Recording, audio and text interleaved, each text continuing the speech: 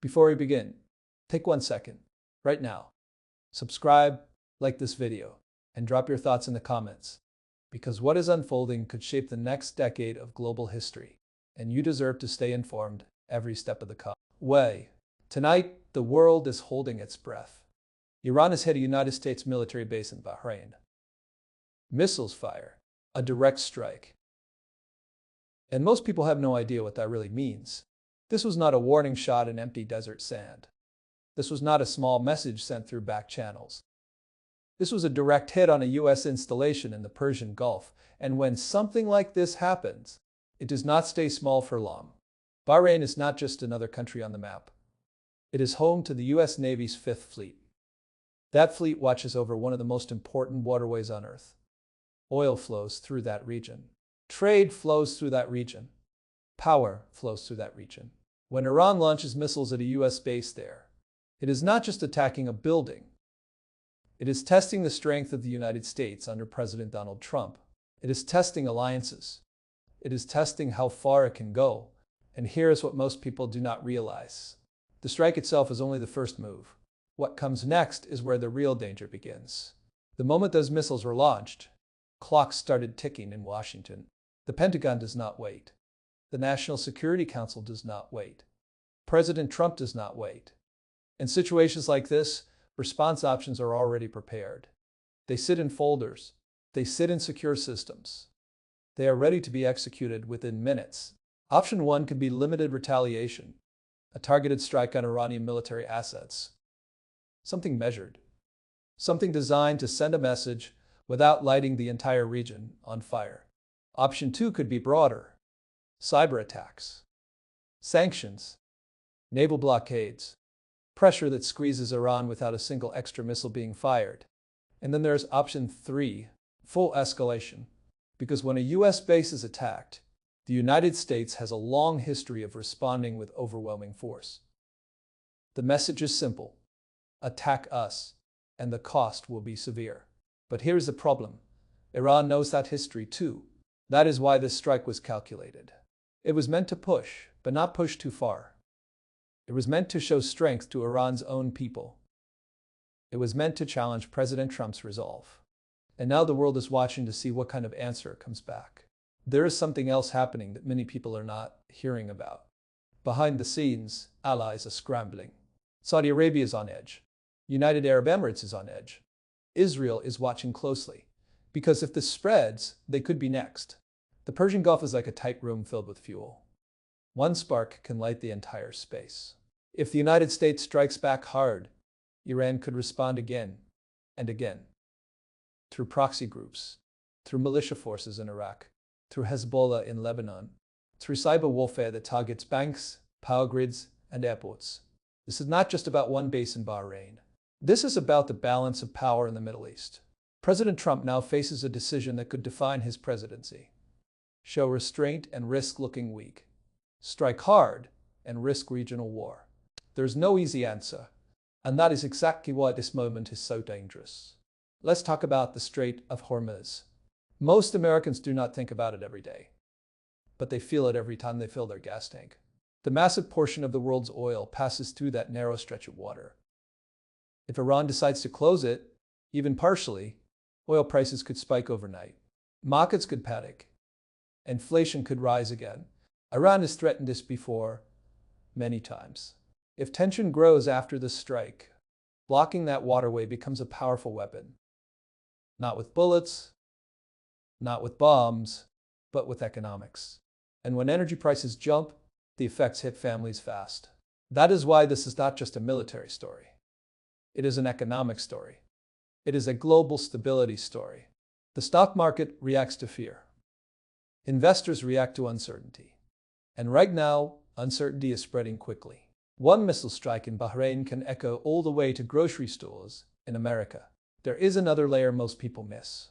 Iran does not operate alone. It has relationships with major powers. Russia is watching closely. China is watching closely. Neither country wants full war in the Gulf, but neither wants to see American power expand without challenge either. If this conflict grows, global politics could shift overnight. Alliances could harden, new partnerships could form. President Trump must calculate not just Iran's response, but how Moscow and Beijing interpret every move. Because once great powers start choosing sides, pulling back becomes harder. This is how regional conflicts turn into global crises. Right now, communication lines are active.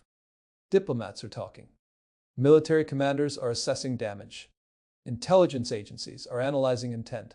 But make no mistake, when Iran hit that US base in Bahrain, a line was crossed. The question is not whether there will be consequences. The question is how far those consequences will go. Here is what happens next, and this is where the pressure becomes intense.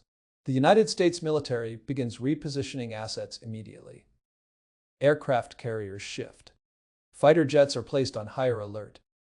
Missile defense systems are activated at full capacity. Surveillance drones increase their patrols. This is not done for show. It is done because when one strike lands, intelligence officials must assume another could follow. President Trump now has to send two messages at the same time. One message to Iran, one message to the American people. To Iran, the message must be strength, clear, firm, unmistakable. To the American people, the message must be calm, controlled, reassuring. Because fear spreads faster than facts. And when people hear missile strike and US base in the same sentence, they think of war. Markets open with tension. Oil traders react instantly. Defense contractors see their stocks move. Every major financial center from New York to London to Tokyo watches for the next headline. And the next headline could change everything. Now consider the soldiers stationed in the region. Thousands of American service members are deployed across the Middle East. In Bahrain, in Qatar, in Kuwait, in Iraq. After a strike like this, every base increases security. Every commander reviews emergency plans. Every radar screen is watched with sharper focus. Families back home begin calling. Parents, spouses, children, they want to know if their loved ones are safe. This is the human side of the story that often gets lost. One decision in Washington can ripple into thousands of homes across America. Iran understands this emotional pressure. It understands that public opinion matters in the United States. If fear grows, political pressure grows. And when political pressure grows, leaders must act.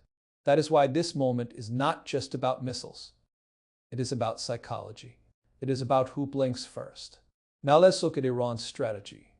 Iran often uses what experts call layered conflict. Direct action mixed with indirect action. A strike on the base may be just the visible part.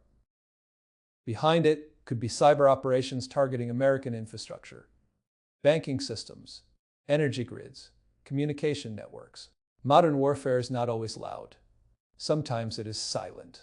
A power outage, a banking glitch, a disrupted airport system. These can be weapons too.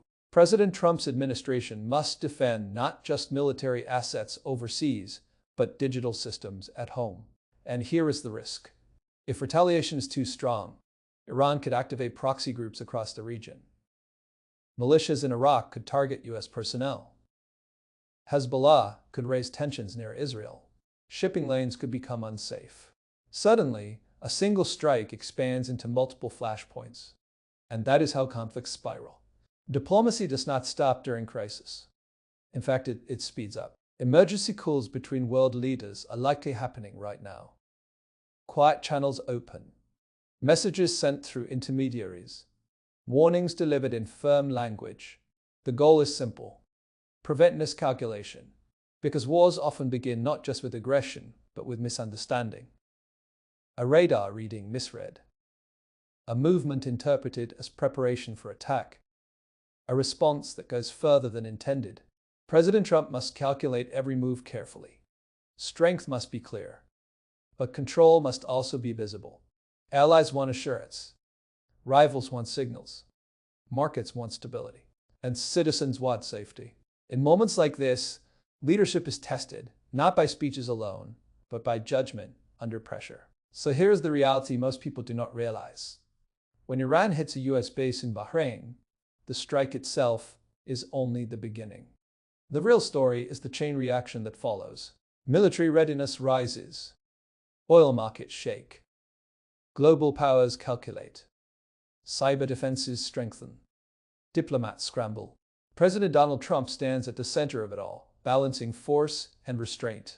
This could end with a limited response and a return to tense stability. Or it could expand into something far larger. The next 24 to 72 hours are critical. History has shown that early decisions in moments like this shape everything that follows. The world is watching. Allies are watching. Adversaries are watching. And now, so are you. Stay informed. Stay engaged. Because what happens next may define not just this presidency, but the direction of global power for years to come.